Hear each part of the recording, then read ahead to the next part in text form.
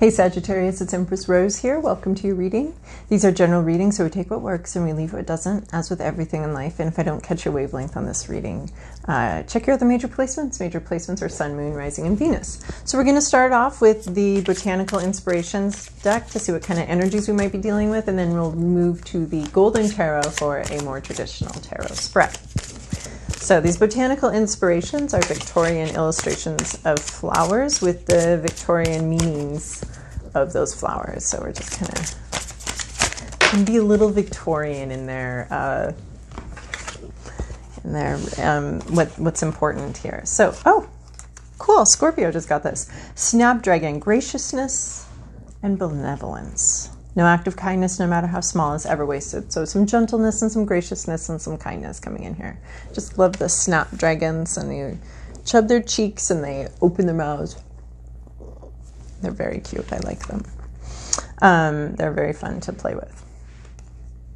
Yellow rose, enthusiasm and friendship. A single rose can be my garden, a single friend my world. Oh, look at this. Benevolence, kindness, friendship. Oh, this looks beautiful. How beautiful is that? You could be experiencing friendship, bringing in some friendship, having some friendship brought into you, some gentleness, benevolence. Keep that stuff moving, you know, putting it out in the world and allowing yourself to receive it when it comes towards you. Often not the same people, or the same situations, but sometimes they are. All right, Sagittarius, this is your past, your present, your inner landscape. What's at issue? Your environment, your to-do list, and your possible outcome. It's the first time I've gotten that card from this deck in one of these readings. This is funny because this whole top row, despite copious shuffling, reminds me of somebody else. Maybe not. I don't know. I don't know. All right. Knight of Coins here. This was plotting, moving forward. You had a vision. This is in your recent past. This is a vision, something you're seeing, some sort of physical thing. So the coins are all about physicality. So something in reality, a job possibly. Usually coins remind me of work and money, obviously coins. But it could be home, could be lots of different things that have a physical nature, your car, your groceries, I guess. I don't know. Sometimes these readings come in so big and strong because we're dealing with archetypes and that kind of thing. So you're relating them to your life, and yeah. Sometimes they're not. So I was just trying to bring it like, what could be a smaller thing other than like your whole job, your entire retirement account. But anyway, so we're focused on something in the future, plotting very slowly. In fact, we're going so slowly that our dogs decided to do some stretches, maybe lay down. That's how slow we're moving. But we've got an idea, and we're kind of looking out over the land, getting the lay of the land. Again, planning what we're going to do, planning our route, moving very slowly, but very focused, very focused. We have armor on. Usually armor is to protect ourselves during battle, but you're moving so slow that I think the battle's going to be done by the time you get there. So, but moving slowly, having a vision, sure-footed plotting, plotting and plotting. Who had? Yeah, I think that was, anyway. It probably doesn't matter who else had what cards here. So you're looking to the future. You're planning the future. Some part of you or somebody here is getting a little impatient, but you're moving very slowly here. And then we have, in your current situation, we have 5 of Cups. So with this one, it can be a grief process or regrets about maybe how you behaved and you kicked over these cups. An emotional upset has happened and you don't like it. So that sounds really mild, and hopefully it is, but it could also be big. It could be a grief process of having lost something that's very important to you, possibly a friend here, because we're talking about friendship. But having lost something and not being quite ready to get over it, being maybe a little bit inconsolable. But look here, he's got a friend trying to console him, but he doesn't want it. He's very much in his own feelings here about what's been lost, about regretting or grieving something from the past. Maybe time has been lost because the movement was so slow. Maybe you lost an opportunity because of slow movement, or maybe you were just trying to be cautious, and despite how cautious we can be sometimes in life, shit still happens. Cups get knocked over even when you're being the most cautious and careful you've ever been. And there could be a sense of disbelief, like, I can't believe it. I was being so careful this time. I was being so cautious, moving so slowly, and still shit hit the fan. The cups tipped over. I mean, you've got all these other cups here that you can have whenever you're ready, right? So there's still like quite a bit of living to be done here. I'm reminded of this Edith Brickell song, you've got a lot of living to do yet. I'm hearing it really strongly, which is something, but I can't quite get the words right. Anyway, I'll hopefully remember to put a link here if you want to hear it. And you've got a lot of living to do with that life, as the refrain, is the chorus here. So it's an old song. I had to pay attention to it because I haven't heard it in possibly a decade, and here it's coming through here very loudly for me. So there's quite a bit more to do, but right now is a time of regret, is a time of feeling sorry, feeling sad about it. It might even be a little bit of feeling sorry for yourself. That's sometimes a reading with this card, but I really want to honor the grief processes that we go through and the regrets. I have regrets. You kind of have to sit with them and be like, yep, I regret doing that. Yep, I do. Things were lost because of that. Decisions were made, consequences followed. Time was lost. Things were lost because of those decisions. But, we are typically trying to make the best decisions we can with the information that we have. So that's a lot of this card right here. At the time we have certain amounts of information. We know there's stuff we don't know. We know there are going to be unintended consequences always. And so if you did your best, you did your best. So I want to honor the grief process without necessarily calling it feeling sorry for yourself, because there are times to feel sorry for yourself. Like, this is a hard life. We have to make decisions blind all of the time, where we don't know what the consequences are. We don't know how other people are going to react. We don't know, and we can't even, it's not even our job to sometimes figure out how other people are going to react. It's our job to follow our heart and do what we think is right in given any in situation. And it looks like, from this Knight of Coins, it was somebody was careful. Someone was trying to be careful. Didn't stop the shit from hitting the fan, though. So there's just yeah. I mean, it is hard. We're just moving forward with the best we can here, with the information that we have, and it's kind of sad and frustrating sometimes. It's just like, wow, all the stuff we don't know all the time. All right, and then what's on your mind is the Seven of Coins. This is a patience. This is waiting. This is waiting for these coins. You've maybe planned something out. Maybe you're frustrated and annoyed that it's not happening yet. And then what's on your mind is patience. Patience, patience, patience. That was my phone doing its thing. So this little white dog is looking to the future. This one back here is looking to the past. So there's part of you that's really ready to move forward, really getting kind of anxious and like, what am I still doing here? And there's part of you that's looking at the past, at everything that's gone on before, at everything that's happened before, at all the work you've done and all the work you've put into this thing. This is almost like, I feel like you're trying to think about whether you want to put good money, throw good money after bad. When an investment goes bad, part of our mind, sort of our ego, wants to keep investing into that thing, even though it's no longer working out. And even though it's returned to just nothing on our investment, we still we get in this mindset where if I just put a little more into it, I don't know, there's like a philosophical name for it, for what you do, but I can't remember what that is. I can remember a song from 10 years that I haven't heard from 10 years. That's like a 30-year-old song that I haven't heard in 10 years. But I can't remember this like common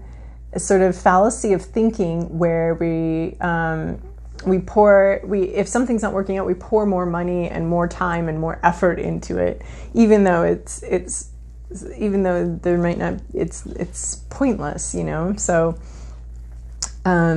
anyway, so throwing good money after bad could be you're thinking about that. You're thinking about all the effort you've put into this, and now you're waiting. So there's something you're worried about waiting. You're hopeful that maybe now all you have to do is wait for a return on this investment. You planted this coin, and now you want a return of 7 coins. You want a return on this either time, energy, effort that you've invested either in a job or literally invested, because we are talking coins here, in your work. You've put something into your work, and you're, I mean, are you being too patient? This is just the idea of patience is kind of on your mind.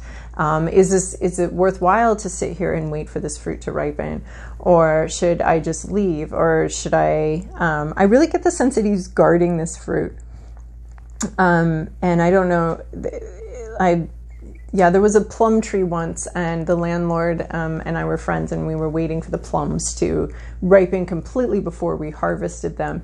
And so we were like, okay, I think they're ready tomorrow. And it was out at the road, away from the house. And we were like, yep, tomorrow we're going to do this. We're both free tomorrow. The plums are ready. Let's go pick them. And when we got up in the morning, someone else had come and picked all the plums, thinking, I'm sure, that these plums are ripe and these people don't give a shit, so I'm going to grab them so that these people don't, when in fact we were just patiently waiting for them to ripen. So there's a little bit of like guarding, thinking maybe I need to guard this this fruit, this stuff I've worked for and been so patient for. So that's what's on your mind in your inner landscape. Something about this feels very unfair. We have this reverse justice card is what's at issue. There's some real unfairness, injustice. Maybe it is like someone stealing your plums, you know, something like that, where you put all the work in, you planned, you put all the work in, you were so patient, and then something really unfair happened. I mean, of course you're going to be like frustrated, upset, grieving that. I mean, literally, this card is literally upset. Like, these cups are literally upset. They are not set. There are 3 that are setting and 2 that are upset. So we have this justice card of something just feels really wrong, really unfair, just not right. There's been an injustice here, and something very unfair has happened. So maybe you were planning and plotting, and someone else swooped in and got what was yours, or it didn't work out, and that doesn't seem fair because you did your research this time, you did your due diligence, you did what you needed to do, and it just seems something's very unfair here about what's happened. No wonder you're feeling like shit about that, because it is unfair. And then in your environment, there's this Lover's card. So your environment could be asking you to make a choice. So I view the Lovers as a choice, as a decision to make. Which direction are you going to go? Oh, look, we've got this little white dog shows up again, another white greyhound here.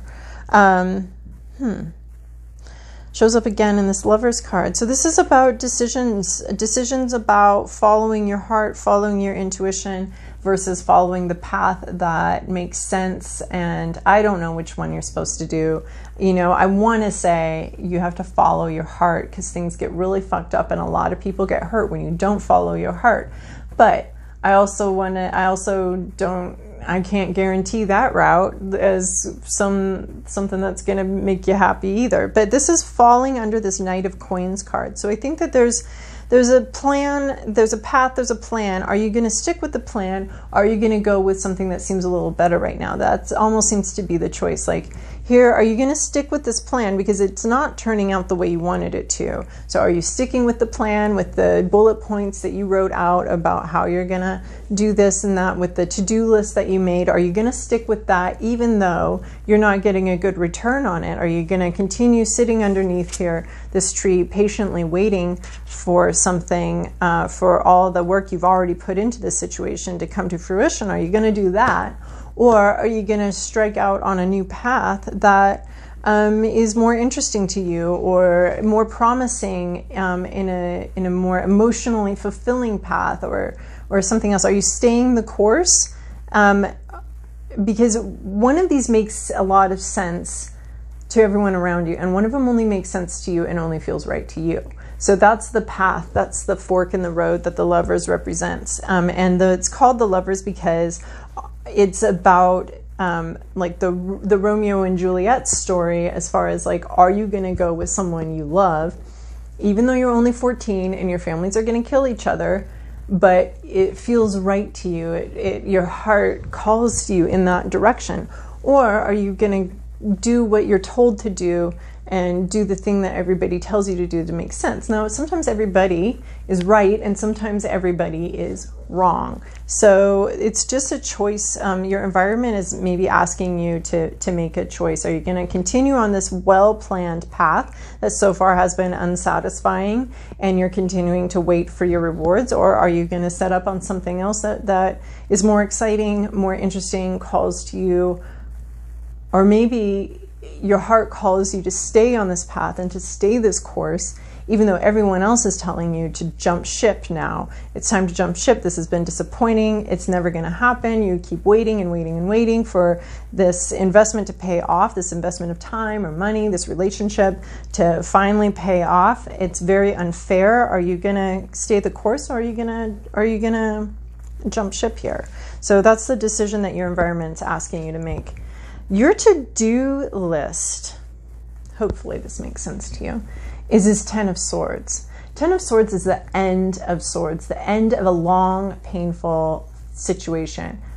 It's finally done. These swords are over. There are no more swords left. There's nothing left here to lose. This is like, I'm reminded of, I don't believe this completely, but Janis Joplin's song, man, this is a really musical little reading here. Freedom's just another word for nothing left to lose. So I don't believe that that's true, but freedom here of there are no more swords, the freedom of no more swords, the freedom of nothing left to lose. You already lost it all.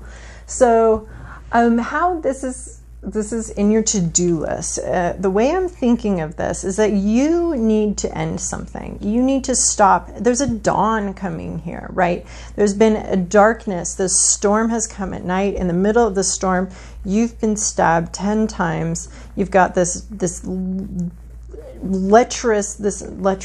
dog barking at you. He kind of wants to eat you. He's sort of like the vulture of wild dogs here, and he's ready to eat you. Oh, look, we've got all these like innocent dogs, and then now we have this like these innocent, obedient dogs, kind of anxious, kind of wondering what you're doing, kind of not quite sure, you know, watching you, waiting for you,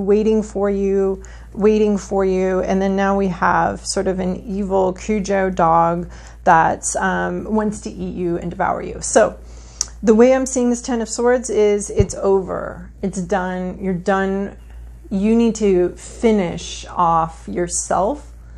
No. That came out wrong. You need to finish this painful situation. It comes to an end with the Ten of Swords. And I believe that that's what you're being called to do, is you're out of swords. Be done with the swords. Be done with allowing yourself to be hurt. Be done with this painful situation. In a sense, I think it's talking about surrender is the way to end it. Surrendering to something and allowing that dawn to come in, because the dawn's already coming. A new life is coming. New stuff is coming to you. And it's time to start healing. And the way we start healing is to allow the grief. So it's sitting right under this Five of Swords, or this Five of Cups, this grief process. And this is like, allow that grief process to end, allow it to come to an end and be completed, and allow yourself. And then this is almost like there's a lot of this in the readings. There's been the Death card here in the to-do list and that kind of thing. Like, Allow it to be the last sword. Make this the last sword. Make this the last loss.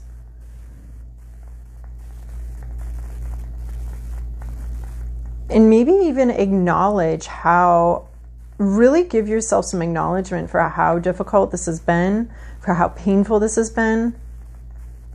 This is a lot of, the swords are truth in words. So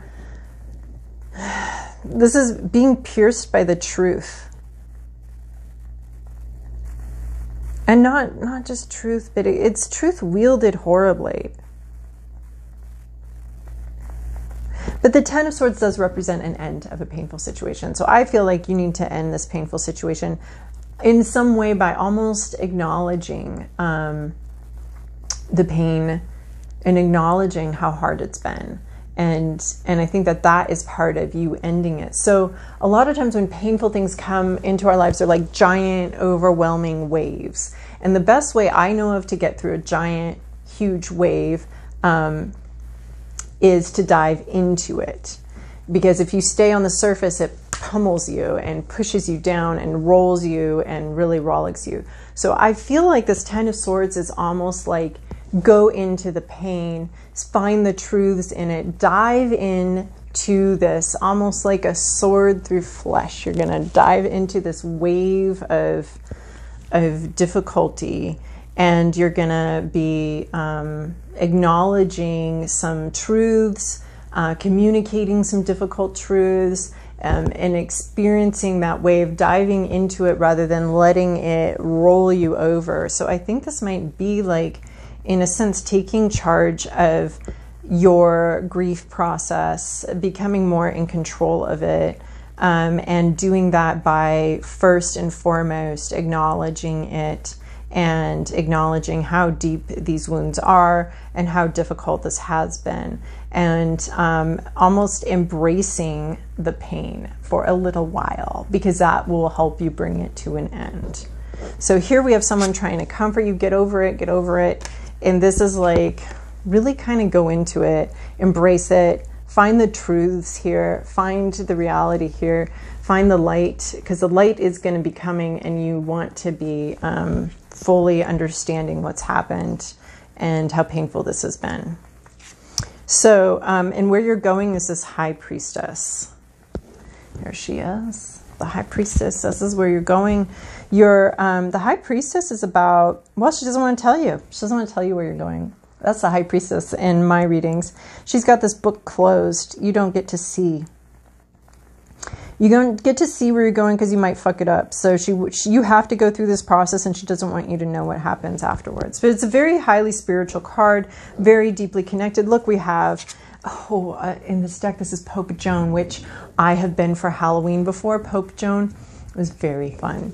I had people take Eucharist. It was very fun. Anyway, so Pope Joan, she's the female pope. So here we have this depressed male pope, and here we have this highly spiritual female pope who's embodying more the female aspect of, or the female aspect of spirituality, the actual faith, the actual spirituality pope. This type of pope always represents to me the institution of